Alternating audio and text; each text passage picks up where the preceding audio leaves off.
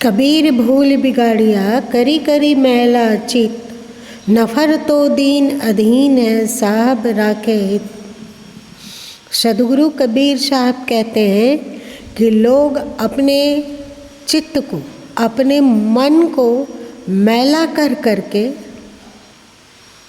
भूल बिगाड़िया, भूल अज्ञान, अपने चित्त को मैला मल कर करके अज्ञान में ग्रसित होकर के अपना जीवन को, अपनी सोच को, अपने अस्तित्व को बिगाड़ दिया, तहस नहस कर दिया।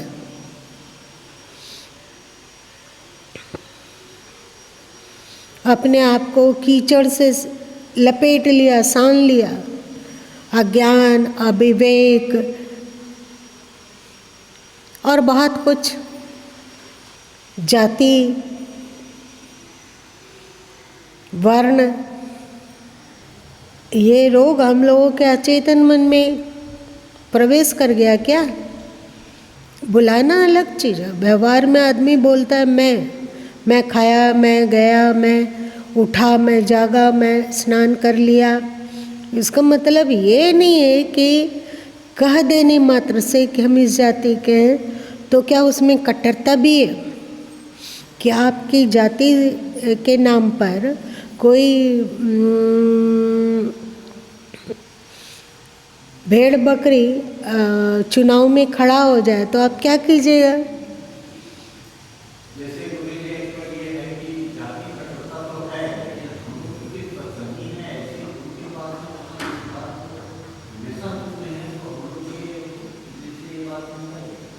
निकल गई।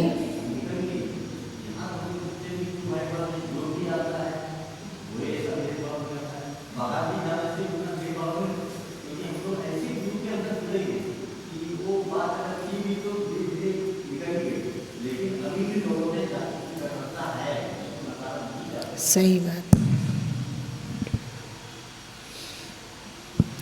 वैदिक काल में आप लोग जानो कि वैदिक काल में जब वेदों का प्रचार था, जब आपके देश में वेदों की तूती बोलती थी और वेद चारों ओर से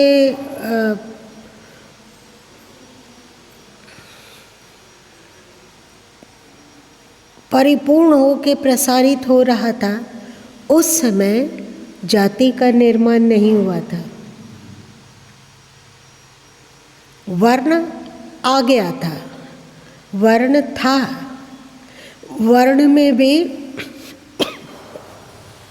ऐसा नहीं था कि ये ब्राह्मण उच्च जाति का है अथवा शूद्र नीच वर्ण का है अथवा शूद्र का स्पर्श से गंदे हो जाएंगे, वो नफरत के योग्य है, ऐसा नहीं था। पूरा वेद को आप पढ़ डालो, कोई भी निष्पक्ष होकर पढ़ेगा तो वो जानेगा कि वेद में वर्ण तो है पर जाति नहीं। वर्ण भी इसीलिए बनाया गया कि क्योंकि हमारे पूर्वज लोग, हमारे ऋषि महर्षि लोग, हमारे मंत्र दृष्टा संत सत्ता इस बात की खोज करके कि मानव समुदाय में 4 प्रकार की बुद्धि पाई जाती है। 4 प्रकार की बुद्धि है। एक ध्यान पूजा पसंद करने वाले, पढ़ने पढ़ाने में विश्वास रखने वाले, यज्ञ करने और कराने में विश्वास रखने वाले, एक थोड़े गर्म स्वभाव के जो जुझारू है, जो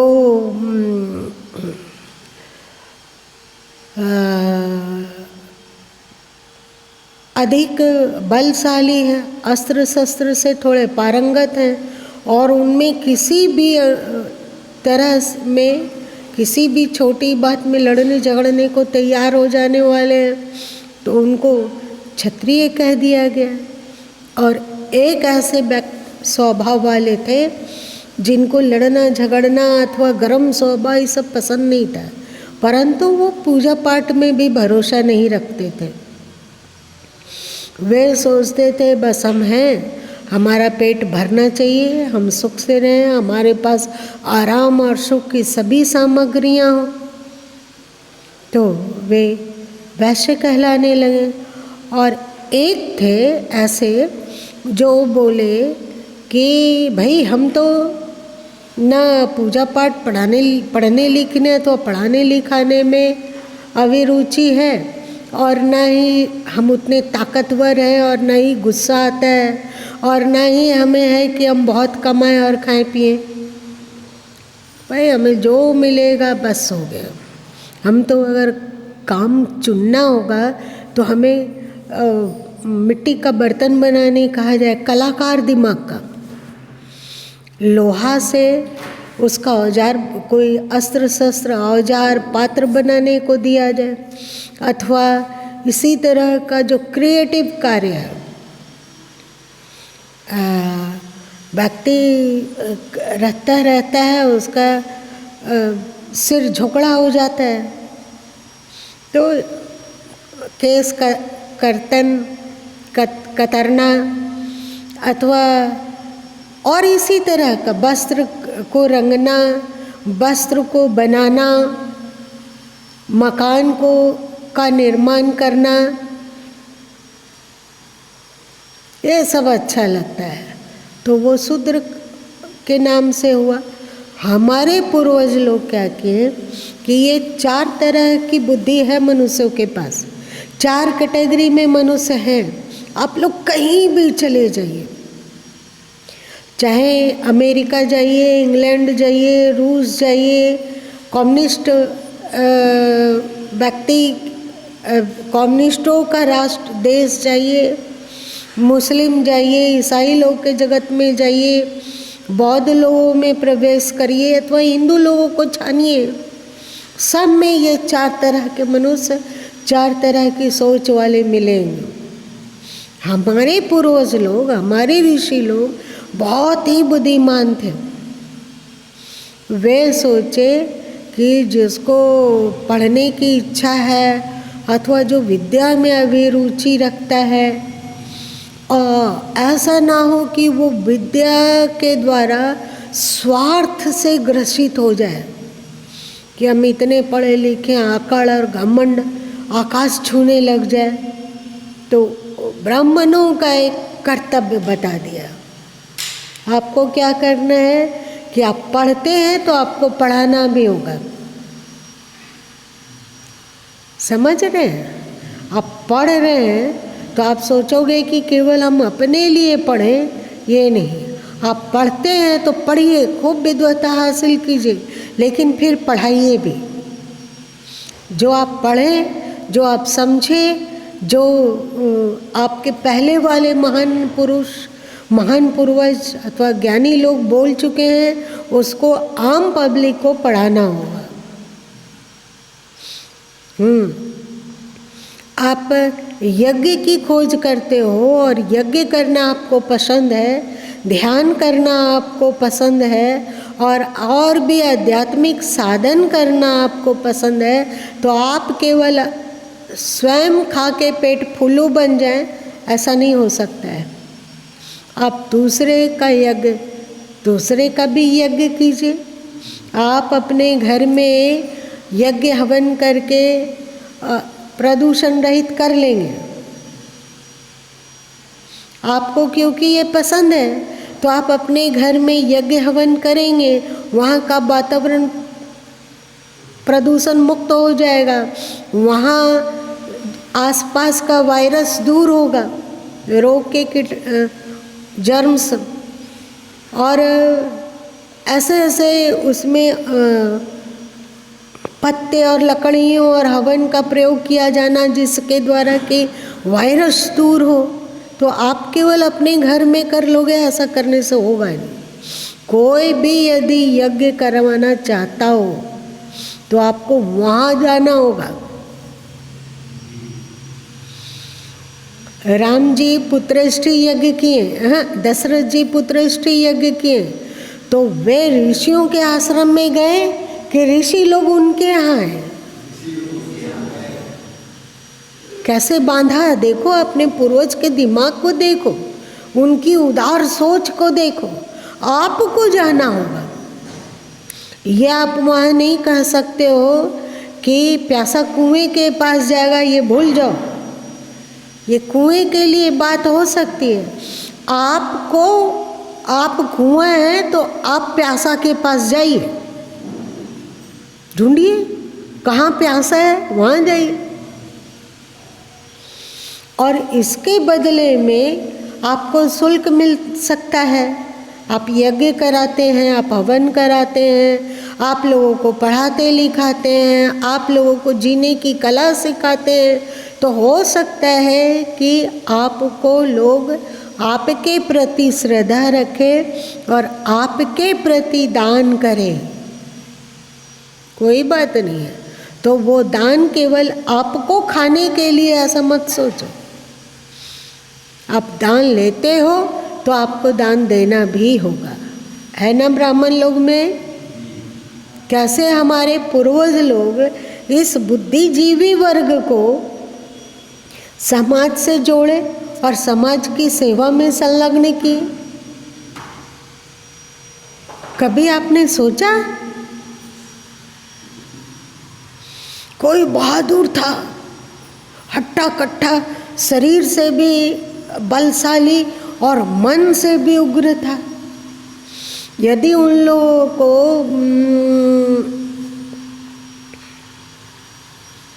खुले नील गाय की तरह समाज में छोड़ दिया जाता तो कितना फसल बर्बाद होता, तहलका मच गया होता, पूरा समाज अस्त व्यस्त हो जाता। उसका धन लूटना है, उसको मार दो, उसको काट दो, अपने स्वार्थ के लिए कुछ भी करने को तैयार हो जाओ, होता कि नहीं। तो हमारे पूर्वज लोग उन लोगों को समाज की सेवा से जोड़े और बोले कि आपका ये स्वभाव है, आपका ये संस्कार है, तो आप जंगली जानवरों से, जंगली हिंसक जानवरों से समाज की रक्षा कीजिए। क्योंकि उस समय वन प्रधान था ना, जंगल प्रधान था, तो हिंसक जानवर बहुत रहते थे, पेड़ पौधे भरमार थे, जनसंख्या अल्प थी। कहीं भी लोग बसते तो, क्योंकि उस समय अग्नि की खोज तो हो चुकी थी, पर उस अग्नि को हमेशा जहाँ चाहे वहाँ प्रकट कर लें, ये तकनीक नहीं आया था। पत्थर घिस के और कुछ करके अग्नि प्रकट करते थे, पर इसको सभी नहीं जानते थे। तो इस कारण जंगली जानवरों का आक्रमण होता रहता था। तो उससे तुमको समाज की रक्षा करनी है, आप क्षत्रिय हो। और एक बात, यदि आपके झुंड पर कोई दूसरा झुंड रहता हो और वो आक्रमण कर देता हो आपके झुंड पर, तो आपको अपने समाज की रक्षा करनी चाहिए। और यदि कोई अत्याचारी किसी कमज़ोर व्यक्ति को परेशान कर रहा हो, तो आपको आगे आना चाहिए और उसकी रक्षा करनी चाहिए। ये आपका दायित्व है। यदि आपके देश में कोई अगल बगल अड़ोस पड़ोस के देश वाला आक्रमण कर दिया हो, तो आपको अपने देश की रक्षा करना होगा। ये आप लोगों का कर्तव्य है। देखें, व्यक्ति के जुझारू प्रकृति को कैसे एक कन्वर्ट किया गया, समाज की सेवा में कैसे लगाया गया। अब वैश्य लोग की देख लो, हमें तो भाई खेती बाड़ी करना अच्छा लगता है, हम पशुपालन करना चाहते हैं, हम व्यापार करेंगे। तो हमारे ऋषियों ने कहा कि तू केवल अपने लिए नहीं उपजाएगा, अपने लिए केवल पशुपालन नहीं करेगा, अपनी मुनाफा के लिए केवल व्यापार नहीं करेगा, तो क्यों करेगा? अपने भी खाओ, दूसरे को भी खिलाओ। जो अन्न नहीं उपजा रहे हैं, जो कि समाज में बुद्धि का प्रचार प्रसार कर रहे हैं अथवा समाज की रक्षा के लिए हथियार उठा रहे हैं, तो वे लोग तो अनाज उत्पन्न नहीं कर रहे हैं, तो उसको कौन खिलाएगा? उसको तुम खिला। तुमको ये पसंद वाला कार्य है तो तुम ऐसे लोगों को खिला। और जो कारीगर वर्ग है, जो क्रिएटिव समाज है, वो अनाज को नहीं उत्पन्न कर रहा है तो उसको भी खिलाओ। सबका पालन पोषण करने का जिम्मा तेरा। कैसे हो गया?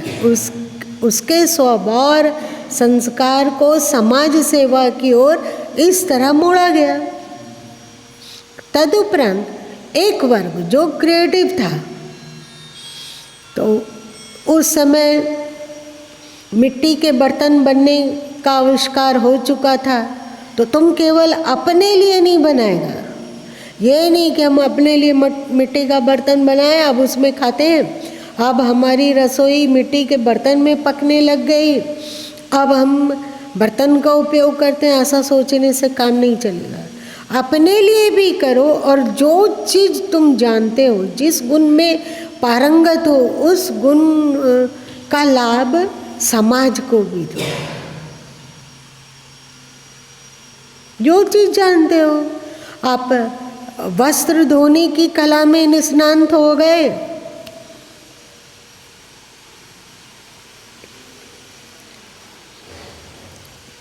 वस्त्र धोने की कला में निष्णात हो गए, तो ऐसा नहीं कि केवल अपना ही वस्त्र धो।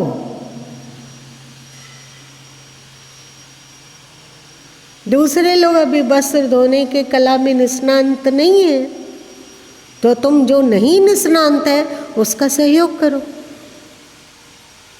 आप बर्तन बनाते हो तो अपने लिए भी और समाज के लिए भी। आप बाल काटने की कला में माहिर हो गए हो, कैसे कैंची पकड़ना है, कैसे कैंची चलाना है, कैसे साफ सफाई कर देना है सिर की, उसको तुम जानते हो, तो तुम अपना सिर केवल गोटम गोट करके और उसको सुसज्जित कर लोगे तो ये चलने वाला नहीं। अन्य लोगों का भी अनगढ़ बाल और उलझे हुए बालों को संवारो, उसको भी अच्छा बनाओ, ये तेरा काम है। आप कपड़े को रंगना जानते हैं, कोई बात नहीं है, आप रंगिए, आप अपना कपड़ा भी सुंदर बना के पहनिए, और समाज का वो वर्ग जो कपड़ा रंगना नहीं जानता है, उसके लिए भी अच्छा अच्छा वस्त्र को रंग के और बढ़िया बना दीजिए, सुंदर बना दीजिए। ऐसे ही सब कुछ, सारा गुण, और समाज मजे से चल रहा था। चारों लोग, ये चारों स्वभाव के लोग आपस में मिलजुल कर रहते थे।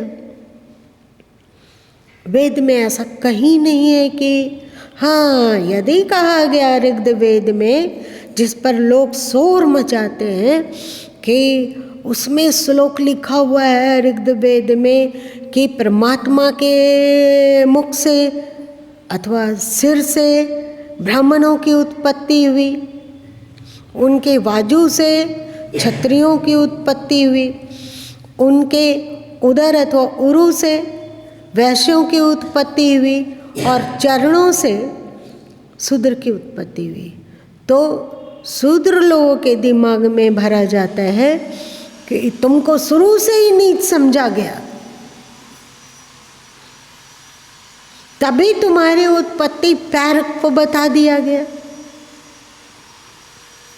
और इसको लेकर लोग लाल पीला होते हैं, गर्म होते हैं और उग्र होते हैं, और उठपटांग इसकी व्याख्या करते हैं, और नफरत का आधार, नफरत का मूल ग्रंथ वेद, ऐसा कहते हैं। पर ये भी पागलपन है। अरे भाई, आप बताओ कि आपके पैर में कांटा गड़ता है तो ये आपको कौन बताता है? पूरे समाज को सुशिक्षित करने का काम आपके शरीर में किसको है? केवल ये अपने लिए सोच रहा है सिर, कि पैर के लिए भी सोचता है? कहीं भी आपको कांटा चुभा तो क्या दिमाग तुरंत कहता है कांटा, कहता है ना? पूरे शरीर को कंट्रोल कर रहा है बुद्धि के द्वारा कर रहा है ना। तो ब्राह्मण को कहा गया कि ये बुद्धि प्रधान है, ये समाज को एक आदर्श दिशा देने वाले हैं। इसका कार्य है पूरे समाज को सुसंस्कृत करना। आपके दिमाग का कार्य है ना पूरे शरीर को सुखी करना, है कि नहीं? देख लो। तो एक तरह से इस मंत्र के द्वारा आपके ऋषि कहना चाहते हैं कि जो अपने को ब्राह्मणत्व को कहता है अथवा जो ब्राह्मणत्व को चुना, उसका कर्तव्य है कि वो पूरे समाज को सुसंस्कृत करे। ठीक है, इसीलिए अलंकारिक भाषा में आपके ऋषियों ने कहा कि ब्राह्मण परमात्मा के मुख से उत्पन्न हुआ। दूसरा कहा कि परमात्मा के बाजुओं से उत्पन्न हुआ। बाजू क्या करता है? आपके पैर में कोई डंडा मारता है तो सबसे पहले उसको बचाने कौन जाता है? जाता है। अथवा कोई आपको डंडा मारने आता है तो आप कौन है सो उसका डंडा रोकता है? उसका डंडा पकड़ लिए, छोड़ते नहीं, हाथ पूरी ताकत लगा देता है कि डंडा की चोट शरीर के और किसी हिस्सा में ना पड़े। यहाँ पर कुछ लोग टीचर भी है ना, बचपन में, अब तो नहीं है ऐसा प्रचलन रहा और होना भी नहीं चाहिए, कि वे पढ़ाते लिखाते थे, बच्चा नहीं पढ़ता था तो छड़ी निकालते थे, पैर में दे दिए, पीठ में दे दिए, और जैसे ही बच्चे के पास छड़ी आती थी वो तुरंत ऐसे करते हैं। ऐसा क्यों कर रहे हैं? कि हाथ में मार लो पर शरीर को छोड़ दो, है कि नहीं? कि जितना मारना हाथ को मजा चका दो पर शरीर को नहीं, शरीर को छोड़ दो, ऐसा करते हैं। और हर तरीके से हाथ शरीर की रक्षा के लिए दक्षित रहता है ना। और जो उदर है, पेट है, वो बेचारा कितना काम करता है। खाना खाओ, खाना तो मुंह स्वाद लेता है, मुंह पचाता है, पेट पचाता है ना, मुंह स्वाद लेता है, लेकिन अन्न को अपने तक ही रोक के नहीं रखता है। रखता है क्या? उस अन्न को वो पेट तक पहुंचाता है, निगलते हैं ना हम लोग। और उसके बाद पेट के पास अनाज गया, पेट उसको मथना शुरू किया, पचाना शुरू किया, और उसके बाद अन्न को पेट में रखना नहीं है, उसका रस बनाया, उसका धातु बनाया, और उसको परिमार्जित करके रक्त में परिणत करके पूरे शरीर को कैलोरी देता है कि नहीं? पेट जो कमा रहा है वो अपने लिए ही केवल कमा रहा है कि पूरे समाज का? पूरे समाज के लिए कमा रहा है। अगर वो अपने लिए कमाने लग जाएगा तो पेट धीरे धीरे फूलता जाएगा, पेट रोगी होता जाएगा, पूरा शरीर भी राम नाम सत और पेट भी राम नाम सत होगा। कुछ नहीं रोको अपने पास, कुछ मत रोको, सार चीज को शरीर को दे दो, असार चीज को शरीर से बाहर निकालो। वैश्य का यही काम है। तुम व्यापार करते हो तो व्यापार से पूरे समाज को सुख पहुंचाओ। तुम अनाज उत्पन्न करते हो तो उससे पूरे समाज का पेट भरो। अकेले खाने से बनेगा नहीं, पूरे समाज का पेट भरो। तुम कुछ संग्रहित करते हो तो समाज को बांटो, और जो तुमको आसार लगता हो, जो समाज के उपयोगी नहीं है, उसका त्याग कर दो। आसक्त उसमें भी मत हो। रस में यदि आसक्त नहीं होते हो तो त्याज्य वस्तु में भी आसक्त मत हो। ये पेट करता है ना, रस पूरे में बांट देता, आसार को फेंक देता है। वैसे का ही कर्तव्य है। इसलिए कहा गया कि परमात्मा के उरु प्रदेश से वैश्य की उत्पत्ति हुई, और पैर पूरे शरीर का भार वहन करता है ना। ये पैर पेट का भी भार वहन कर रहा है, हाथों का भी भार वहन कर रहा है, और सिर का भी भार वहन कर रहा है। तो कहा गया कि शूद्र का कार्य है कि तीनों वर्णों की सेवा करे। कौन उठा रहा है हाथ का वजन, अथवा सिर का वजन, अथवा पेट का वजन? क्या ये पैर हम लोगों का छोटा है? क्या हम लोग अपने पैर को काट सकते हैं? कि जितना सिर प्यारा है उतना ही पैर प्यारा है, जितना सिर प्यारा है उतना ही पेट प्यारा है, जितना पेट प्यारा है उतना ही हाथ प्यारा है कि नहीं? बोलो। सब अपने हैं, सब प्यारे हैं। सभी शरीर के सुव्यवस्थित, सुखी और शांत, स्वस्थ रहने के लिए चारों की आवश्यकता है कि नहीं? तो इसमें से बताओ कि कौन ऊंचा है, कौन नीचा है? पैर में कांटा गड़ता है, दर्द का अनुभव कहाँ होता है? और पैर में शीशा चुभता है तो आंसू कहाँ से गिरता है? ऐसा होना चाहिए। इस मंत्र के द्वारा बताया गया कि पैर में यदि चुभन हो तो आंसू आँख बहाती है। उसी तरह यदि समाज का तबका, पिछड़ा तबका, जिसको कि हम लोग कहते हैं क्रिएटिव समाज, उसे दर्द हो तो उसका दुख अनुभव होना चाहिए सिर को, तभी ना आपका शरीर स्वस्थ है।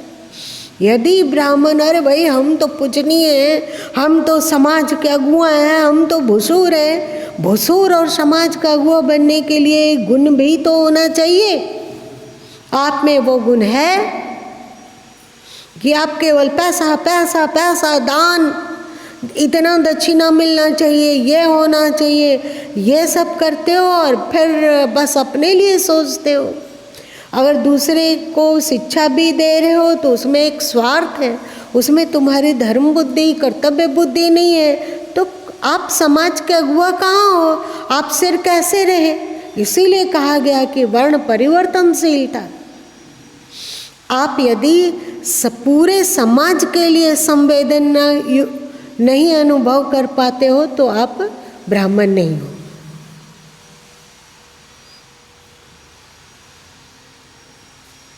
यदि आँख से पानी चलता है और पैर में कांटा चुभता है तो हाथ बढ़ के दोनों को ना थामे। आंसू पोंछता है ना हाथ पोंछता है। तुम लोग का आंसू नहीं पोंछता है, कौन पोंछता है? पीठ कि सिर? हाथ पोंछता है। और पैर में कांटा गड़ता है तो हाथ एकदम लपक के जाता है और उसके कांटे को निकालता है। तो ये समाज भी एक शरीर के समान है। यदि इसमें से किसी भी तबका को कष्ट हो तो आप लपक के वहाँ जाते हो और उसका सहयोग करने की कोशिश करते हो, तो आप क्षत्रिय हो। ये क्या मतलब हुआ कि एक जाति में जन्म ले लिए तो नितराते फिरते हो कि हम तो ब्राह्मण हैं, हम तो क्षत्रिय हैं? कौन कहता है कि आप ब्राह्मण और क्षत्रिय हैं? आप वेद से अपना कर्तृत्व की तुलना करो। मनु स्मृति में भी कहा गया है कि ब्राह्मण ये है, वैश्य ये है, क्षत्रिय ये है, शूद्र ये है। आप देखो कि आप किस कैटेगरी में हो।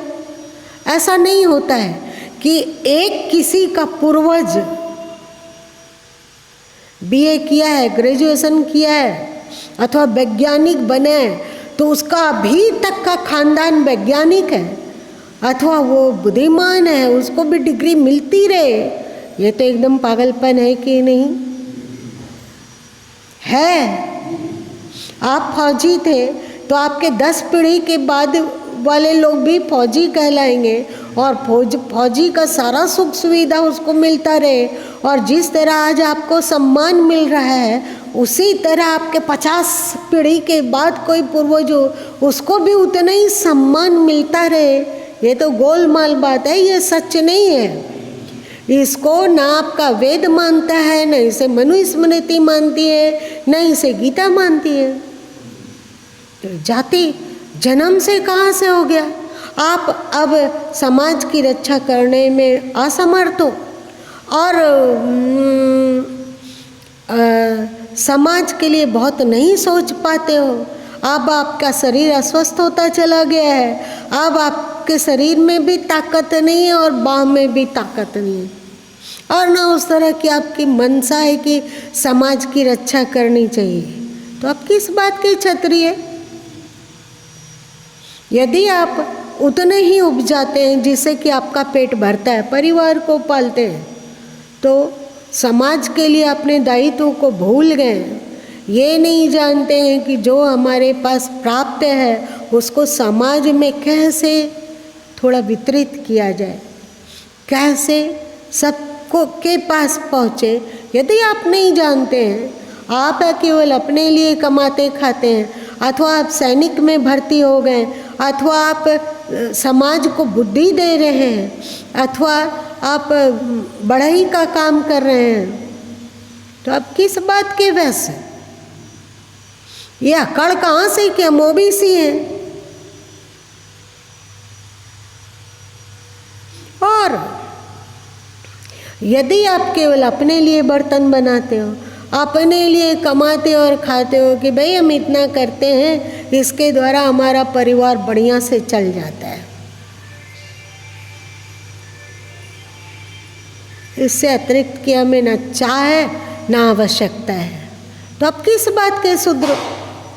जब आप स्वार्थी हो जाते हैं, जब आप में न ब्राह्मणोचित उदारता रही, न ही क्षत्रियोचित वीरता रही और न ही वैश्य के समान विस्तृत दिल दिमाग प्रेमवान आप रहे और न शूद्र की तरह उदार हो पाए, तो आप ना ब्राह्मण रहे, न क्षत्रिय रहे, न वैश्य रहे, न शूद्र रहे, तो आप क्या बन गए? असुर। समझ गए कि क्या बन गए? असुर बन गए। फिर रावण वाला जाति आपकी है। रावण भी तो पुलत्स्य ऋषि के पोता है ना? और पुलत्स्य ऋषि ब्रह्मा जी के बेटे हैं। और पुलत्स्य ऋषि के बेटे कौन हुए? विश्रवा हो गए। और विश्रवा के पुत्र ये रावण महाराज जी हैं तो ब्राह्मण, लेकिन हो गए असुर। हो गए कि नहीं?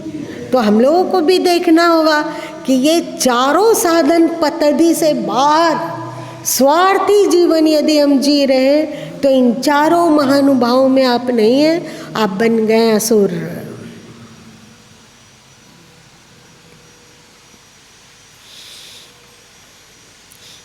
जन्म से ना किसी का वर्ण का निर्धारण होता रहा है पहले, ना जाति का। अभी देखो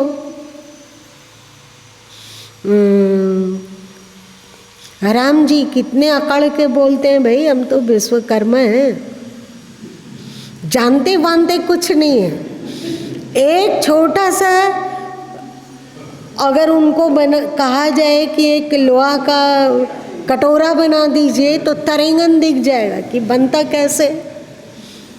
लेकिन अभी तक अकड़े हुए हैं कि हम इसी जाति के हैं, इसी जाति के हैं, इसी जाति के हैं। ये क्या मतलब हो गया भाई? इनके पूर्वज कभी बहुत दिन पहले, लाखों साल पहले, कि हजारों साल पहले, कि उससे पहले इनके पूर्वज लोग लोहा के काम में माहिर रहे होंगे। तो आज वाले लोग अकड़ते रहते हैं कि हम तो भाई ये हैं, हम तो भाई ये हैं, हम तो भाई वो हैं। किसी के पूर्वज कभी देश के लिए लड़े होंगे, अपने समाज की रक्षा के लिए हथियार उठाए होंगे, तो उसके आज तक पूर्वज गाते हैं कि हम तो क्षत्रिय हैं भाई, हम तो क्षत्रिय हैं, हम तो राजपूत हैं, हम तो भूमिहार हैं। भूमिहार हो? अच्छा, भूमिहार मतलब होता है जिसके पास ढेर सारी भूमि हो। इनके पास 1 कट्ठा जमीन नहीं है, लेकिन कहते हम तो भूमिहार हैं। अब क्या करें? बुद्धिजीवी का दिमाग चकराएगा कि नहीं?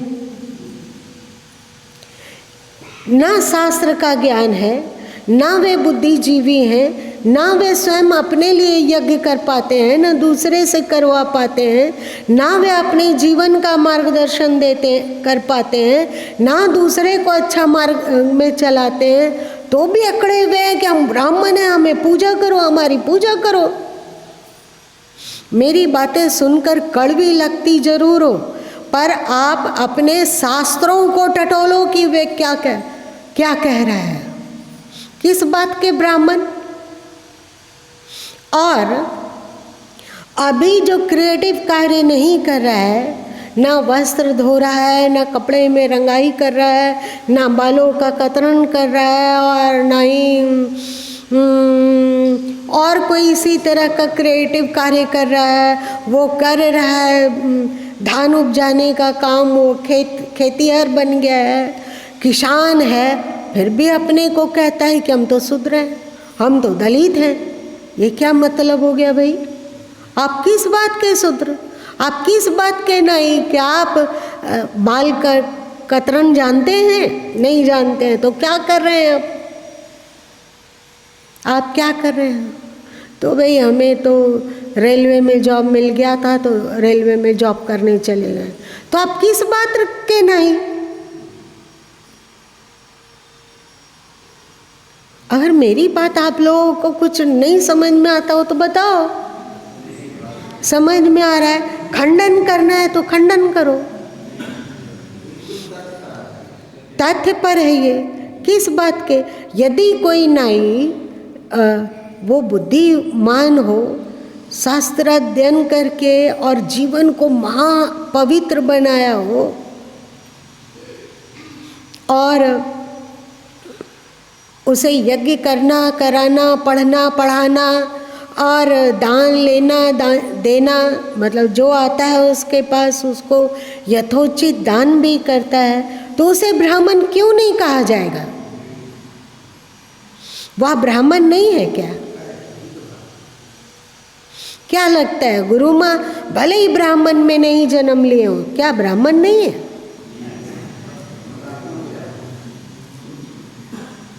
और यदि यही क्वालिटी आप पा लेते हैं तो क्या आप ब्राह्मण नहीं होंगे? ये क्या मतलब हो गया? अभी तक लोग चतुर्वेदी, त्रिवेदी, द्विवेदी जोड़े हुए हैं। 2 वेद क्या, एक अक्षर भी वेद का नहीं जानते, ना पढ़े हैं, परंतु अपने को घोषित कर रहे हैं कि वे द्विवेदी हैं। आप यदि 2 वेद में पारंगतता को हासिल करते हैं तो आप द्विवेदी क्यों नहीं होंगे? यदि कोई धोबी 2 वेदों में पारंगतता हासिल कर लेता है तो वो द्विवेदी को क्यों नहीं बनेगा? लेकिन वे ढो रहे हैं, और अगर इस बात को उन्हें कहिए तो वे भड़क जाएंगे कि एकदम सभी द्विवेदी जमा हो जाएंगे, सभी चतुर्वेदी जमा हो जाएंगे, सभी त्रिवेदी जमा हो जाएंगे और हाय हाय हाय हाय करने लगेंगे। अगर किसी को कह दिया जाए कि तुम सेना में काम नहीं कर रहे हो और कहीं का राजपाट और संभाल नहीं रहे हो, प्रजाजनों की रक्षा नहीं कर रहे हो, कुछ नहीं करते हो, केवल कमाते खाते हो, तो किस बात के राजपूत, किस बात के क्षत्रिय आप लोग?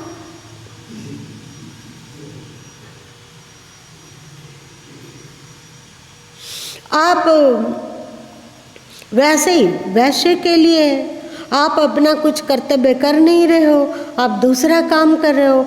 आप ऐसो टीचर हो, शिक्षक बन गए हो, विद्यार्थियों की सेवा कर रहे हो, उसे पढ़ाते लिखा रहे हो, तो आप किस बात के बहस से? पढ़ना पढ़ाना ब्राह्मण है ना, तो फिर आपको ब्राह्मण क्यों नहीं कहा जाए? किस बात के वैश्य, किस बात के शूद्र, किस बात के क्षत्रिय, किस बात का ब्राह्मण? यही ज्ञान आपके प्राचीन शास्त्रों में है। इसका प्रचार प्रसार होना बहुत जरूरी है समाज में। ये चारों वर्णों में से कोई छोटा बड़ा नहीं है, सब ही एक ही समाज शरीर के विभिन्न अंग हैं। इन सबसे परे जो स्वार्थी जीवन जी रहा है वो न ब्राह्मण है, न क्षत्रिय है, न वैश्य है, न शूद्र है, वो असुर है। अब अपना चुन लो। ये 4 स्वभाव सब में होता है। बाघ के झुंड में, हरिन के झुंड में, हाथियों के झुंड में आप उन लोगों का जीवन को जरा टटोलो, देखना वहाँ भी ये 4 चीज पाओगे। उन लोगों का पढ़ो ना, क्या हरिन लोगों का जीवनचर्या क्या पढ़ोगे तो हरिन लोग भी 4 कैटेगरी के हैं। हाथी का झुंड में भी 4 कैटेगरी है। बहुत ही बारीक बुद्धि रही हमारे। ये तो कुछ लोग, स्वार्थी लोग, समाज को बर्बाद कर दिए। जन्म से जाति, जन्म से वर्ण, जन्म से सब कुछ करके इस हिंदू समाज को तो जितना क्षति पहुंचाने का था वे पहुंचा दिए। हम लोग सब मिलके इस समाज को क्षतिग्रसित किए। अब हम सबों का कर्तव्य है कि इस क्षति को भरपाई करें और फिर से समाज को उत्तम बनाएं, जो हमारे ऋषि लोग करते रहे। सॉरी भाई आपका अधिक समय लेने के लिए।